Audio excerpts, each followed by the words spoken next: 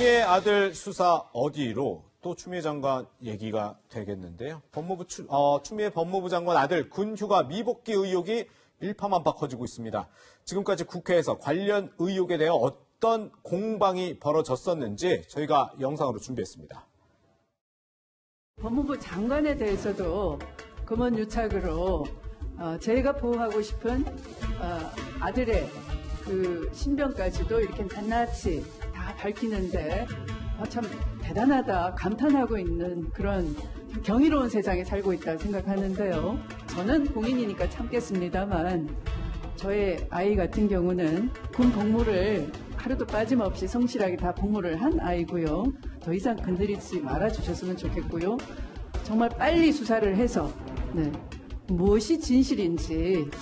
아들 수사건하고 관련이 있는 거 아닙니까? 차관으로 발령난 게? 소설을 쓰시네. 소설을 쓰시네. 여기에 대해서 유감의 뜻을 표명할 계획이 있으십니까? 질의 자체를 계속 인신공격으로 하시니까 이게 불가피하게 어떻게 해서 소설을 쓰시네 자체가 국회의원에 대한 인신공격인 거죠. 그 논리에 따르면. 지금이라도 그냥 사과하시죠. 저를 계속 모욕 주고 공격하고 있습니다. 그래서 불가피하게 제가 너무 지나치게 하는 것에 대해서는 정말 소설을 쓰는 정도다라는 느낌을 가지고 있고요. 그래서 그 부분에 대해서 계속 더 이상 언급하지 않도록 해주셨으면 감사하겠습니다.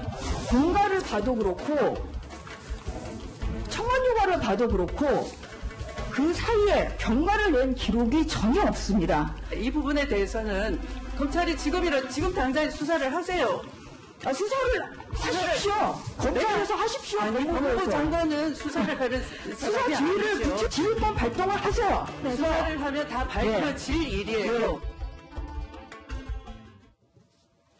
이 시간부터는 민병두 전 더불어민주당 의원, 조수진 미래통합당 의원과 함께 하겠습니다. 네, 이렇게 국회 법제사법위원회에서 추 장관 아들 관련 의혹에 대한 그 공방들이 계속 이어졌었는데, 그런데 당시 당직병의 증언이 공개가 됐습니다. 어떤 얘기인지 이 얘기도 직접 들어보시죠. 당시 이제 그쪽 분대장 군대 선임병장이었던 선임병장으로부터 사유가 없는 미복귀자가 이제 한 명 있다고 이제 보고를 받았습니다. 지금 복귀해야 되는데 지금 복귀 안 하고 있는 거 아니야? 그래서 뭐 안 한다 이러길래 너무 그냥 당연하게 그냥 안다 이러길래 지금 어디냐고 물어봤어요. 일단 저는. 그래서 집이라고 하길래 이제 되게 어이가 없어가지고 집이 이제 서울에 있다 이렇게 말을 하길래 저는 이제 그냥 지금 택시라도 타고 올 수 있으면 말하고. 네, 김도읍 의원이 공개한 이제 인터뷰 영상인데, 조 의원님, 이 김도읍 의원과 같은 법사위 소속이시잖아요. 네. 지금 이 아들 의혹, 추 장관 아들 의혹 지금 8개월째 계속 수사 중인데 맞다 틀리다 얘기를 제가 아직 못 들어봤는데 어떻습니까? 이 인터뷰 좀 진실을 밝힐 증인이다 이렇게 좀 보고 있는 건가요? 그러니까 이 사건 같은 경우에는 예. 지금 당시 상황에 대해서 진술할 수 있는 참고인의 진술이 굉장히 중요하거든요. 예. 네. 그러니까 함께 근무했는데 과연 그 정해진 시간까지 군대에 복귀를 했는지. 네네. 그게 관건인 거죠. 예. 왜냐하면 정해진 날짜와 그 시간에 복귀를 하지 않으면 우리 대법원 판례상 탈형으로 간주가 됩니다. 예. 제가 모든 그 대법원 판결문도 한번 봤거든요. 아. 그러니까 예를 들어서 오늘 오후 6시까지 복귀한다. 그러면 6시에서 1분만 어기도 탈형이 되더군요. 예. 네, 그게 우리 대법원 판례입니다. 네. 그렇기 때문에 당시에 추미애 장관의 아들과 함께 근무했던 사람, 예. 아들의 휴가 기록을 알고 있는 사람, 이분들의 진술이 굉장히 중요한 거죠. 네네. 그런데 지금 2017년 6월 25일 군부대의 당직병이었던 분이 지금 검찰에서도 참고인 조사를 받았고 또 그 언론과도 인터뷰를 했고요. 예. 저희 같은 경우에는 언론사에게 저분의 연락처를 받았어요. 예. 그리고 이제 저분 같은 경우에 그 야당 법사위 간사인 김도읍 의원실과 저렇게 영상 인터뷰도 나온 겁니다. 네네. 그런데 자신이 2017년 6월 25일 군부대의 당직병이었는데 그 당직 일지를 보니까 6월 23일까지 추미애 장관 아들이 복귀를 해야 되는 거였어요. 네네. 그런데 25일까지도 복귀를 안 한 상태였다는 겁니다. 예. 그렇다면 이틀 동안, 적어도 만 이틀 동안은 탈영 상태였다는 추측이 가능한 거죠, 추론이. 예. 그래서 이 사람이 당시에 추 장관의 아들에게 전화를 했더니 집이다. 이렇게 받았다는 거죠. 네. 그래서 집이라면은 와야 될 것이 아니냐 이렇게까지 이야기를 했다는 거죠. 네. 그러니까 상당히 구체적이다. 그리고 이 사건은 계좌 추적이라든지 아니면 어떤 뭐 별도의 절차가 필요가 없어요. 예, 예. 압수수색도 필요가 없거든요. 예. 네. 그런데 1월에 고발이 됐는데 지금까지도 수사가 매듭지어지지 않고 있기 때문에 어허, 예. 예, 국민적인 어떤 눈높이에서 볼 때는 참 의아하다. 네, 이런 생각을 가질 수밖에 없는 겁니다. 네, 그런데요, 이 증언에서 또 한 번 눈여겨볼 부분이 있습니다. 잘 한번 들어보시죠. 그래서 대의감을 들어오더니 우리는 정보에다가 이것도 이렇게 하지 말고 그냥 내가 휴가 처리했으니까 그냥 휴가자를 가지고 올리라고. 여당 당대표니까 이제 지역대에 있는 뭐 대의는 뭐 그냥 뭐 이렇게 해가지고 할 수 있구나 휴가를. 내가 알기로는 그 당대표가 직접 전화했다. 엄마가 당대표는 이제 휴가도 이제 뭐 이렇게 해도 이제 뭐 그냥 처리되는구나 그렇게 뭐 말이 있었죠. 민 의원님, 지금 증언을 살펴보면 예. 당시 한 대위가 추 장관의 아들을 휴가 처리를 했다라는 이 내용이 담겨 있는데요. 이 증언이 사실이라면 엄청난 특혜 아닌가요? 그러니까 당시에 추미애 장관의 아들이 6월 23일 날 휴가 끝나는 날 휴가 연장 신청을 했다는 것이죠. 당직 반장한테. 네. 그래서 6월 25일 날 결국 이제 이틀간 휴가를 더 쓰고 돌아갔다는 겁니다. 이 휴가로 처리한 과정 자체가 합법적이냐 아니냐, 또 외압이 있었냐 없었냐 하는 것이 핵심 쟁점 아니겠습니까? 예.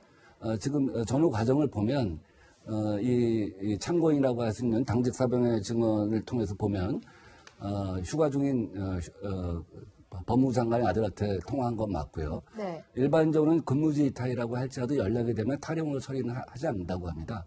그에 따라서 그 사이에 아마 또 휴가로 처리가 된 것 같고요. 그러니까 하여간 핵심은 휴가 처리라고 하는 것이 합법적이냐 아니냐, 외압이 있었냐 없었냐 하는 것인데, 제가 보기에 한 세 가지를 한번 짚어보면 될 것 같아요. 우선 청와대 입장에서는 당연히 공직기관 감사를 했을 것입니다. 이렇다고 한다면. 근데 공직기관 감사 결과에 아마 큰 문제가 없었기 때문에 지금까지 이와 관련해서 별도의 조치가 없었던 것이 아닌가 하는 생각이 하나 들고요. 다음에 수사 지휘권은 법무부 장관한테 있는 것이 아니라 검찰총장한테 있습니다. 이렇게 예민한 사안에 대해서 검찰총장은 지금 법무부 장관하고 그동안 쭉 각을 세워왔는데 예. 이 부분에 관해서 분명히 수사 진행 상황에 대해서 보고를 받았을 것이라고 봐요. 네. 때문에 특별한 문제가 없기 때문에 지금까지는 윤석열 총장이 여기에 대해서 문제를 제기 안 하고 있는 것이 아니냐 하는 생각이 들고요. 가추사에 대해서 우리 우리나라 군사법권이 어느 정도 우리 관철될지는 제가 잘 모르겠습니다만, 어쨌든 가추사 내에서도 자체적인 군 감찰이 있었을 거라고 봅니다. 이것은 뭐 법무부 장관이 자기 직권을 갖다 이용해서 가추사에 대해서 개입할 수 있는 여지는 별로 없다고 보고요. 네. 또 여기에서도 지금 가추사 내에서도 별 예의가 없는 것 봐서는 아마 현재까지는 뭐 이렇게 법적으로 이렇게 커다란 문제를 갖다가 지적할 만한 것이 나오지 않은 것이 아니냐 하는 생각이 들고, 추미애 장관 말대로 조속한 수사가 이루어졌으면 합니다. 네. 네, 여기에서 그런데 좀 궁금한 거는요. 예. 보통 복귀 시간을 어긴 병사가 있다고 우리가 생각을 해봅시다. 네. 그렇다면 군부대에서 아마 그 병사와 통화까지 했다. 그러면 언제까지 들어오지 않으면 이거는 처벌할 수밖에 없다라고 공지를 하는 게 맞는 거예요. 예. 그런데 이 사건 같은 경우에는 오히려 부대에 장교가 찾아오는 거예요. 네네. 네. 그래서 휴가 처리를 해달라고 장교가 요청을 합니다. 네. 이것이 과연 우리나라 군 장병에게 모두에게 적용되겠습니까? 저는 이런 경우는 굉장히 이거는 처음이라고 봐요. 네. 네, 이것도 굉장히 이상하고요.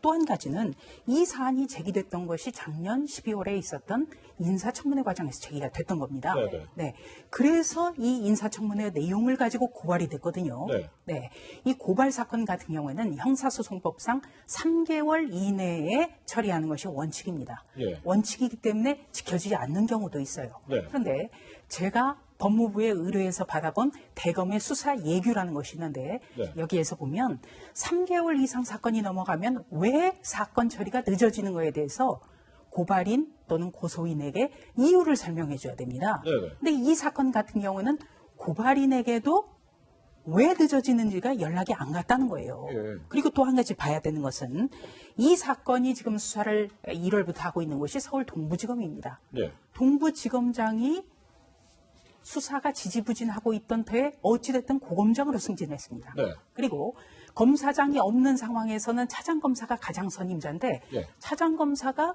수사 진척이 없는 상황에서 또 사의 표명이 돼요. 예, 예. 네.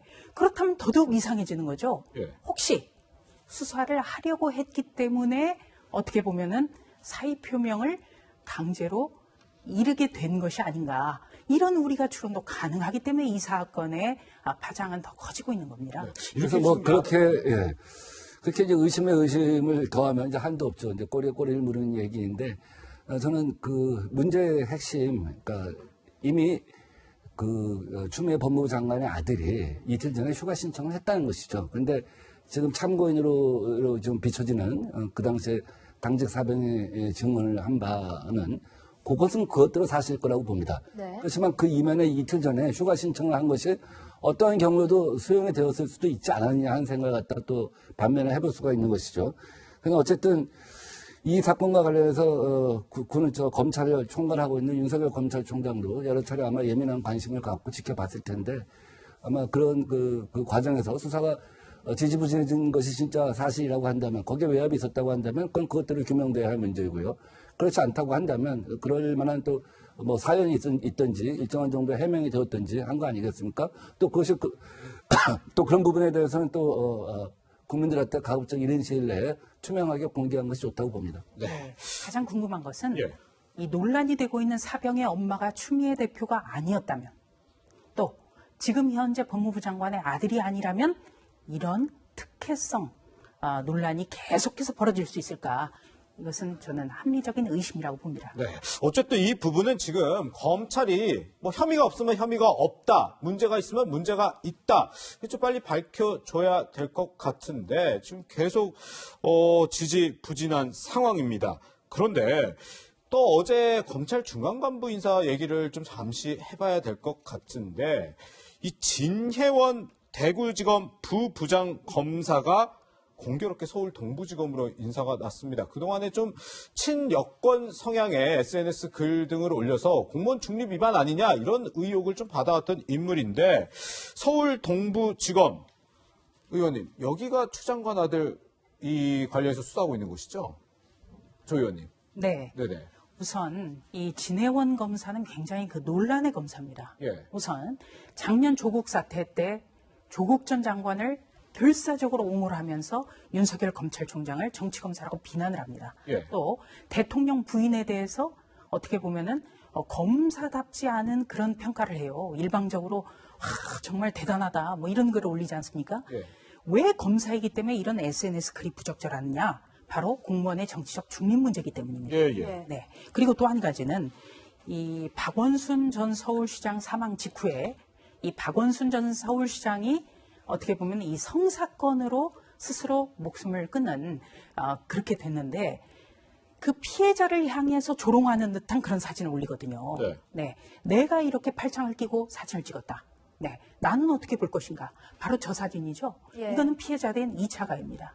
검사가 피해자에 대한 2차 가해를 했어요. 이거는 징계를 받아 마땅한 겁니다. 그런데 추미애 장관이라는 인사권자가 이 부분에 대해서 징계를 논의조차 하지 않았습니다. 지금 추 장관 부임 이후에 얼마나 많은 검사들이 경고 압박을 받았습니까? 그런데 이 진혜원 검사에 대해서는 경고조차 이루어지지 않았어요. 예, 예. 네. 그리고 대구지검에 있던 검사가 서울 동부지검이라는 검사들에게 굉장히 인기가 있는 곳으로 또 전보가 됐습니다. 예. 징계를 받아도 부족할 판에 인기가 있는 서울 지역의 검사로 자리를 옮겨준 거예요. 네. 이건 어떻게 보면 오히려 특혜죠. 네. 표창장을 받은 거나 다름없는 겁니다. 그래요? 그리고 오늘 아침에 진혜원 검사 글을 보고 저는 깜짝 놀랐어요. 네. 자신은 서울의 임지를 지원하지도 않았는데 서울 동부지검으로 배정을 받았다. 제주 원했다 그러더라고요. 네. 이런 글을 올렸어요. 예. 그렇다면 알아서 표창장을 준 겁니다. 네. 예, 예. 이렇게 된다면 이심전심 특혜성 인사가 더 강해지는 거예요, 의혹이.